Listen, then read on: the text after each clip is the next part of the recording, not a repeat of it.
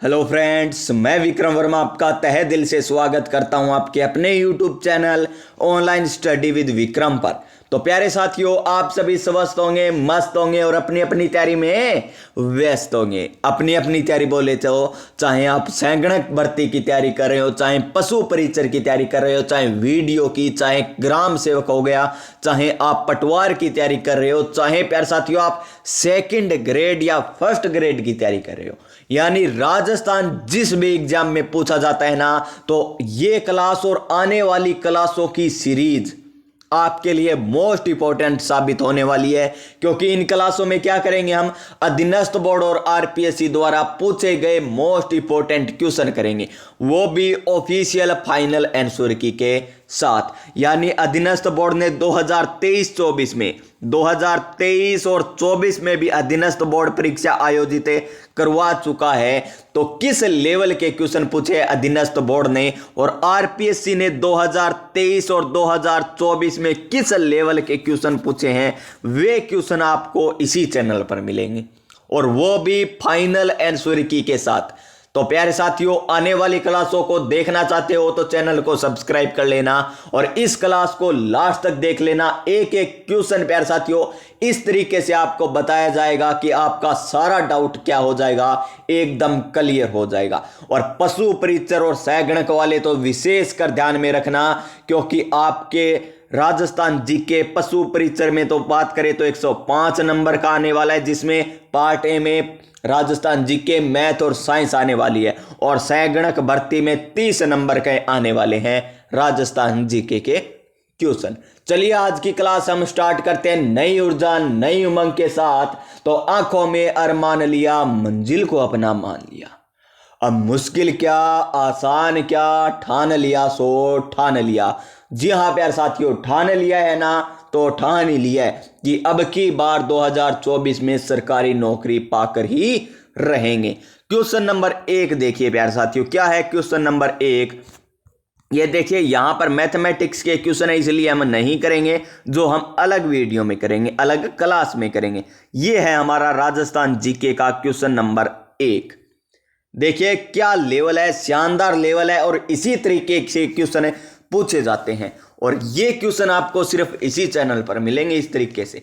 निम्नलिखित में से सत्य कथन है, निम्नलिखित में से सत्य कथन है। हमें 3 कथन दे रखे हैं, 1 2 3। इन तीनों में से हमें बताना है कौन सा कथन सत्य है। तो देखिए वो कथन नंबर 1, लूणी नदी के किनारे स्थित स्थल बागोर से पशुपालन के अवशेष प्राप्त हुए हैं। जी हां प्यारे साथियों, बागोर से पशुपालन के अवशेष हमें प्राप्त हुए हैं, लेकिन लूणी नदी के किनारे स्थित नहीं है। यह हो गया गलत, क्योंकि यहां पर क्या दे दिया, लूणी नदी के किनारे दे दिया। तो बागोर सभ्यता कौन सी नदी के किनारे है? बागोर सभ्यता भीलवाड़ा में कोठारी नदी के किनारे स्थित है। कौन सी नदी के किनारे? कोठारी नदी के किनारे स्थित है। तो लूणी नदी के किनारे क्या है? हमने सुना तो है लूणी नदी के किनारे कुछ तो है। तो प्यारे साथियों, लूणी नदी के किनारे बात करें तो मल्लीनाथ जी का पशु मेला लगता है तिलवाड़ा बाड़मेर में, जो लगता है लूणी नदी के किनारे। यही सोच रहे थे ना, लूणी नदी के किनारे तो कुछ लगता है, पर लगता क्या है वो भी मैंने बता दिया। मल्लीनाथ जी पशु मेला लगता है लूणी नदी के किनारे, तिलवाड़ा बाड़मेर में। आगे देखिए, आहड़ स्थल का संबंध नवपाषाण काल से है। गलत, नवपाषाण काल से आहड़ स्थल का संबंध नहीं है। कथन नंबर 3, कालीबंगा में दुर्ग तथा निचला नगर दोनों प्राचीर युक्त मिले हैं। बिल्कुल सही है ये, यानी कथन नंबर 3 हो जाएगा इसका राइट आंसर। 1 और 2 तो कथन दे रखे हमें गलत है, और कथन नंबर 3 दे रखा है हमें बिल्कुल सही। तो इस क्वेश्चन का राइट आंसर क्या होगा? ऑप्शन नंबर 1 केवल कथन 3 सही है, केवल कथन 3 सही है, यानी ऑप्शन नंबर 3। कालीबंगा सभ्यता की बात करें तो थोड़ी सी, कालीबंगा सभ्यता कौन सी नदी के किनारे? घग्गर नदी के किनारे। कौन सी नदी के किनारे? घग्गर नदी के किनारे। जिला पूछ ले तो हनुमानगढ़, खोजकर्ता पूछ ले तो अमलानंद घोष, खोजकर्ता पूछ ले तो अमलानंद घोष। और 1-2 बातें और याद रख लीजिए प्यारे साथियों, अगर कालीबंगा सभ्यता आई गई है तो कालीबंगा सभ्यता की बात करें तो समकोण पर काटती हुई सड़कें कहां पर मिलती है? कालीबंगा सभ्यता पर मिलती है। और हम बात करें तंदूर से रोटी बनाने के अवशेष कहां से मिले? तंदूरी रोटी बीकानेर में और मानगढ़ में, गंगानगर में आपको देखने को मिलेगी तंदूरी रोटी। तो यहां पर कालीबंगा सभ्यता से तंदूरी रोटी जो बनाने की जो भट्टी है ना, उसके अवशेष मिले। और मैं आपको बता दूं, दोहरे जुते हुए खेत के प्रमाण भी कालीबंगा सभ्यता से प्राप्त हुए हैं। दोहरे जुते हुए अग्नि वेदिकाएं भी कालीबंगा सभ्यता से प्राप्त हुई है, अग्नि वेदिकाएं से। तो चलिए, इतनी व्याख्या बहुत है प्यारे साथियों। तो चलेंगे हमारे नेक्स्ट क्वेश्चन नंबर आज के 2 नंबर पर। Question number 51। वाह, क्या लेवल है प्यारे साथियों। इसी तरीके से क्वेश्चन आए ना तो हम एक क्वेश्चन में 4 क्वेश्चन कवर कर लेंगे। किस प्रकार? देखिए, 84 खंभों की छतरी कोट्टा में। क्यों माने जमाई मूर्ख समझ रखे गए? 84 खंभा की छतरी कोट्टा में दे गया अधीनस्थ बोर्ड प्यार साथियों। इसो मजाक बूंदी में खड़ा है प्यार साथियों। 84 खंभों की छतरी बूंदी में है। ब्राह्मण देवता की छतरी मंडोर जोधपुर, बिल्कुल सही। मामा भानजा की छतरी जयपुर, गलत। जोधपुर में है। कहां पर है? जोधपुर में। कुंवर पृथ्वीराज की छतरी कुंभलगढ़ में, सही है। क्या है? सही है। तो इस क्वेश्चन का राइट आंसर क्या हो जाएगा? एक तो 1 नंबर गलत दे रखा है और एक 3 नंबर गलत दे रखा है, यानी 1 और 3 गलत दे रखे हैं। तो ऑप्शन नंबर बी हो जाएगा इस क्वेश्चन का राइट आंसर।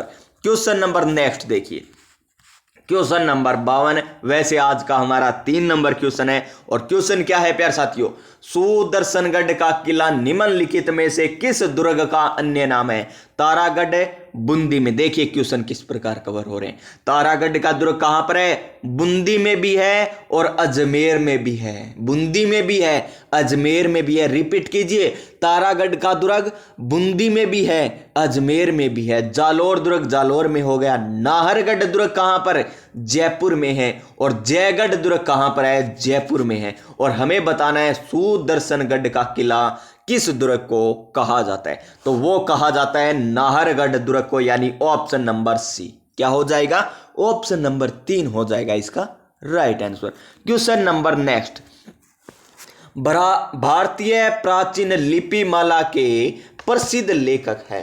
भारतीय प्राचीन लिपिमाला के प्रसिद्ध लेखक कौन है?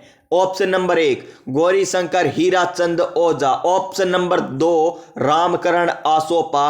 Option number C Muni Jin Vijay. Option number D Vishweshwar Rai Nath Rev. तो इसका राइट आंसर है option number A, Gaurishankar Hirachand Ojha. आपको पता है ऑप्शन किस प्रकार मिलेगा आपको? GH ओझा, GH ओझा।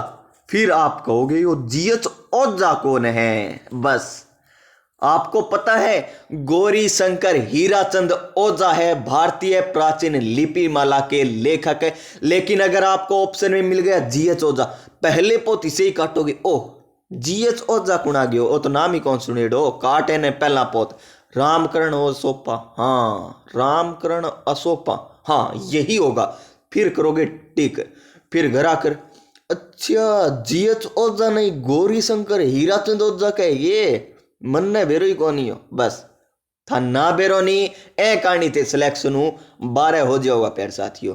तो इसका राइट आंसर होगा गौरीशंकर हीराचंद ओझा, या कह दीजिए GH ओझा। जो गलती आप करोगे वो मैं पहले ही बता दूंगा ताकि आप गलती न कर सको प्यार साथियों। कोई गलती नहीं होगी आपके अब एग्जाम में। चलिए नेक्स्ट क्वेश्चन की बात करते हैं। क्वेश्चन नंबर नेक्स्ट क्या है? 4 चौमों का शिव मंदिर राजस्थान के किस जिले में अवस्थित है? कोटा, बारा, बूंदी, बारा, झालावाड़। तो कौन से में है? कोटा जिले में। कौन से जिले में? कोटा जिले में, यानी ऑप्शन नंबर ए।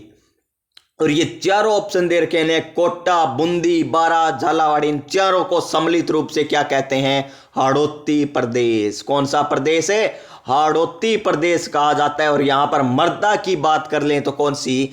वर्टिसोल्स मर्दा पाई जाती है। कौन सी मर्दा? वर्टिसोल्स मर्दा। और कौन सी मर्दा? काली मर्दा। और सबसे ज्यादा यहां काली मर्दा किसके लिए उपयुक्त होती है? कपास के लिए। किसके लिए प्यार साथियों? कपास के लिए उपयुक्त होती है। अमेरिकन कपास तो गंगानगर हनुमानगढ़ में बोई जाती है। मालवी कलास नहीं कपास, मालवी कपास कहां पर बोई जाती है बता दीजिए कमेंट बॉक्स में प्यारे साथियों। मालवी कपास कहां पर बोई जाती है। नेक्स्ट क्वेश्चन देखिए हमारा question number 55, most important question. क्या है? मोस्ट इंपॉर्टेंट क्वेश्चन है। अगर ये आपको नहीं आता है ना तो मान के चलिए आप परीक्षा से बाहर, क्योंकि आपको ये युद्ध दे के इनका क्रम में आपको व्यवस्थित करना है और क्वेश्चन को इतने ध्यान से पढ़िए कि गलत न हो। देखिए अधोलिखित क्या है प्यारे साथियों? अधोलिखित युद्धों का सही कालक्रम बताना है। हमें क्या बताना है? सही कालानुक्रम बताना है। आपको पता होना चाहिए तराइन का युद्ध कब हुआ था, हल्दी घाटी का युद्ध कब हुआ था, दिवेर का युद्ध कब हुआ था, गिरी सुमेल का युद्ध कब हुआ था, सभी आपको पता होने चाहिए प्यारे साथियों। तो चलिए मैं आपको बताता हूं। तराइन का प्रथम युद्ध 1191 में हुआ था। कब हुआ था? 1191 में हुआ था। तराइन का द्वितीय युद्ध 1192 में। हल्दी घाटी का युद्ध 18 जून 1576 को, लेकिन गोपीनाथ शर्मा के अनुसार 21 जून 1576 को हुआ था। दिवेर का युद्ध 1582 में हुआ था, 1582 में। और गिरी सुमेल का युद्ध 1544 में हुआ था। कब हुआ था? 1544 में। तो सबसे पहले कौन सा युद्ध हुआ? 1 नंबर का युद्ध, यानी सबसे पहले 1 नंबर आएगा। ये तो कट गया, ये भी कट गया, यानी ये आएगा या ये आएगा। फिर कौन सा है? 1544 यानी 4 नंबर। ये है क्या? नहीं है। तो ये है क्या? हाँ, तो ऑप्शन नंबर बी हो जाएगा इस क्वेश्चन का राइट आंसर। क्या हो जाएगा? Option number B. Option number B हो जाएगा इस क्वेश्चन का राइट आंसर। थोड़ी सी हल्दी घाटी युद्ध की बात कर लेते हैं ना, क्योंकि सबसे ज्यादा क्वेश्चन इसी से पूछे जाते हैं। हल्दी घाटी युद्ध की बात करें तो हल्दी घाटी का युद्ध 18 जून 1576 को हुआ था, लेकिन गोपीनाथ शर्मा के अनुसार 21 जून को यह युद्ध हुआ था। अब बात करें हल्दी घाटी के युद्ध के बारे में कथन की, तो मेवाड़ की थर्मोपोली, मेवाड़ की थर्मोपोली तो किसने कहा था? कर्नल जेम्स टोड ने कहा था। मेवाड़ का और बात करें गोगुंदा का युद्ध, गोगुंदा का युद्ध किसने कहा था? बंदायूं। याद किस प्रकार करोगे? गोगुंदा, गोगुंदा। इसमें क्या रहा है? गै गमला वाला।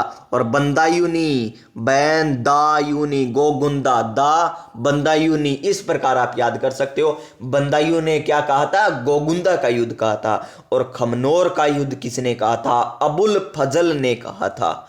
खमनोर का युद्ध अबुल फजल ने कहा था।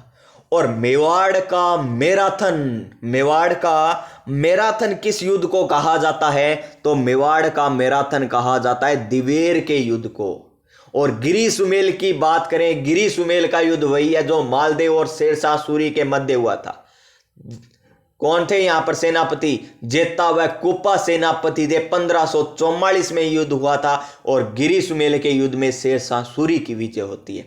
और शेरशाह सूरी क्या कहता है फिर बाद में? मैं मुट्ठी भर बाजरे के लिए हिंदुस्तान की बादशाह खो देता, मैं मुट्ठी भर बाजरे के लिए हिंदुस्तान की बादशाह खो देता। कौन से युद्ध में कहता है? गिरी सुमेल के युद्ध में।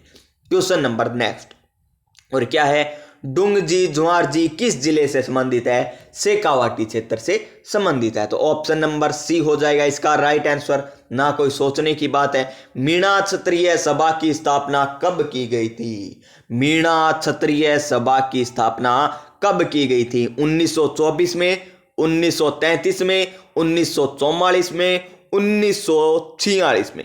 तो मीणा क्षत्रिय सभा की स्थापना की गई थी 1933 में।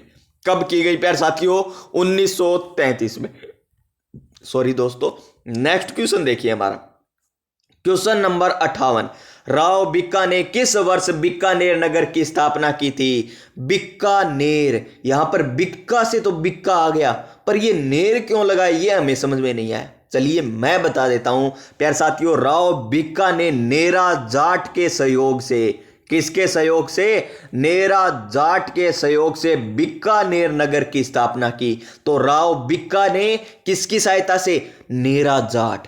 तो राव बिक्का का तो ले लिया बिक्का और नेरा जाट का शब्द ले लिया नेर, तो क्या बन गया बीकानेर। और इसकी स्थापना तभी होती है जिस दिन अबुझ सावा होता है, यानी अक्षय तृतीया या अखा तीज होती है ना।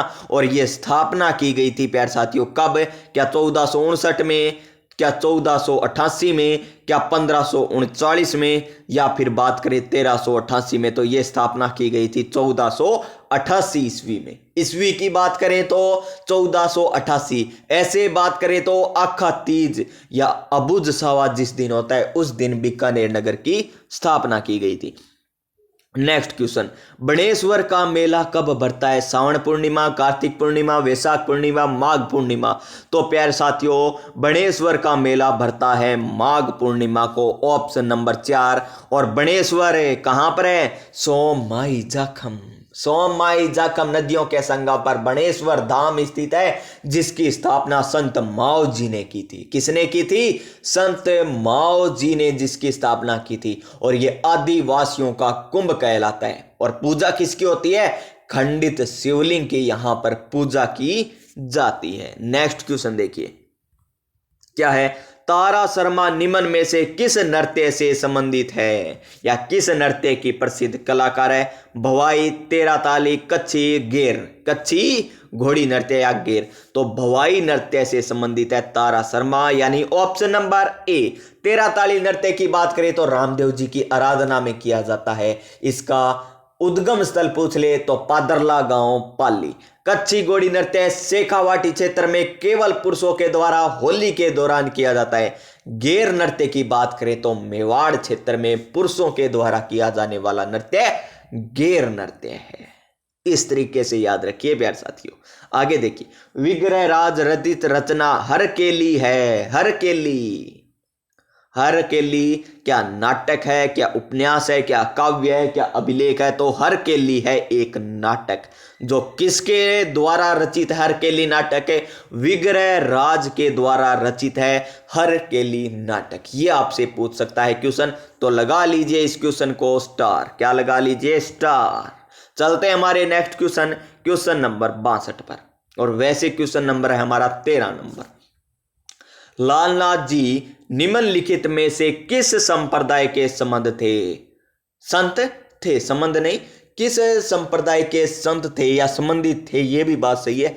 गुद्दड़ संप्रदाय, नवल संप्रदाय, जसनाती संप्रदाय या बिश्नोई संप्रदाय। तो किससे संबंधित है? जसनाती संप्रदाय। अगर इसमें एक और ऑप्शन होता ना, ये नवल संप्रदाय न होकर इसकी जगह एक और ऑप्शन होता और वो ऑप्शन होता नाथ संप्रदाय, तब क्वेश्चन करने का मजा ही कुछ और होता प्यारे साथियों। नाथ संप्रदाय, तो सबसे ज्यादा उत्तर यही होता अभ्यर्थियों का, नाथ संप्रदाय। लेकिन इस क्वेश्चन का राइट आंसर क्या है? जसनाती संप्रदाय, यानी लालनाथ जी का संबंध किससे है? जसनाती संप्रदाय से। नेक्स्ट क्वेश्चन देखिए, क्वेश्चन नंबर 63 क्या है? बिलाड़ा का संबंध किस लोक देवी से है? बिलाड़ा, बिल्लड़, बस इया याद रख लियो। मम्मी घरा बिल्लड़ आवे तो के मारे? लठगी मारे बिल्लड़, क्यों? वो बिलोणो उड़ा दे, दूध खिंडा जा और क्यों उड़ा जा प्यारे साथियों। बिल्लड़ ने घरा कौन बन देनो? कौन मारे? मम्मी, माँ। माँ को क्या कहते हैं? आई।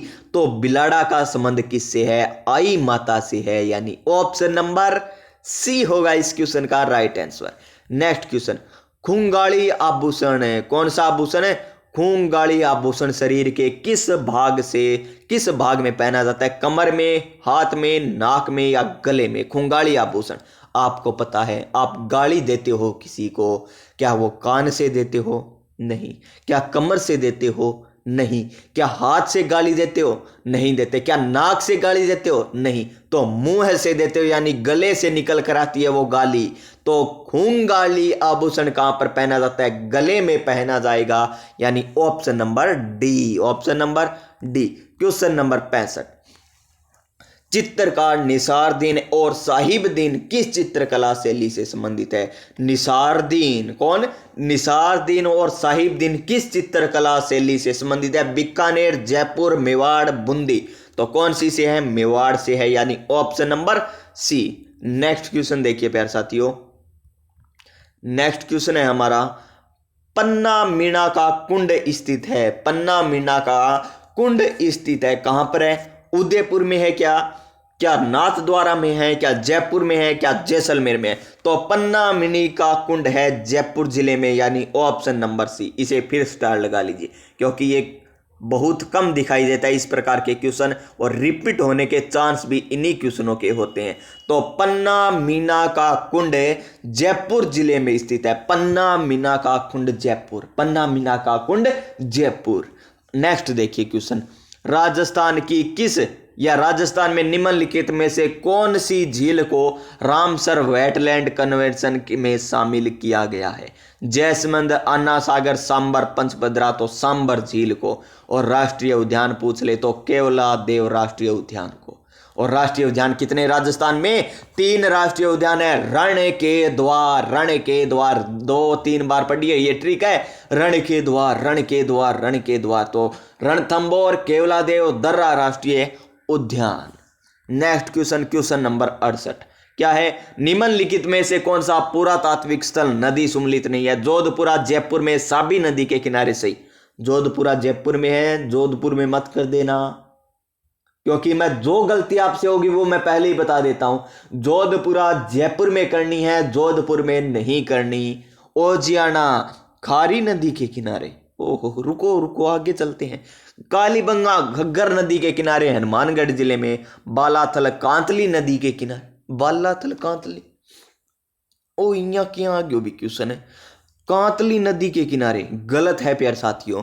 ओजियाना खारी नदी के किनारे सही है, भीलवाड़ा में। ओजियाना भीलवाड़ा में है, खारी नदी के किनारे। लेकिन कांतली नदी के किनारे बालाथल सभ्यता, बालाथल कहाँ? उदयपुर के पास रह गया। और कांतली कहाँ प्यारे साथियों रह गई? शेखावाटी क्षेत्र, सिक्कर, झुंझुनू में रह गई कांतली नदी। तो इसका right answer option number D हो जाएगा। नेक्स्ट क्वेश्चन देखिए, क्वेश्चन नंबर 59 क्या है? क्वेश्चन नंबर 59 ये देखिए, आ गया ना जो मैं पहले बार बताया था, जो सबसे पहला क्वेश्चन बताया था ना, वो यहां पर है। देखिए किस प्रकार रिपीट होता है क्वेश्चन। किस लोक देवता का मंदिर लूणी नदी के किनारे स्थित है? पाबू जी नहीं, तेजा जी नहीं, मल्लीना जी। ऑप्शन नंबर सी हो जाएगा इसका राइट आंसर। तो आज का अंतिम क्वेश्चन देख लीजिए प्यार साथियों, क्या है आज का अंतिम क्वेश्चन? रागमाला किस शैली से का प्रसिद्ध चित्र है? देवगढ़ का, नाथद्वारा का, चावंड का या उदयपुर का? रागमाला किस शैली का प्रसिद्ध चित्र है? तो ये है चावंड शैली का। कौन सी शैली का? चावंड शैली का। तो ऑप्शन नंबर सी। तो प्यारे साथियों, आज की क्लास आपको किस प्रकार लगी? अगर इसी प्रकार की क्लास देखना चाहते हो ना, तो कर लीजिए ना चैनल सब्सक्राइब, और पास में जो बेल आइकन है उसे भी दबा दीजिएगा, ताकि मैं कोई भी वीडियो अपलोड करूँ ना तो आपको नोटिफिकेशन मिल जाए और आप अच्छे तरीके से आप उसको देख सके। मिलेंगे हम नेक्स्ट वीडियो में, तब तक प्यारे साथियों जय हिंद जय भारत।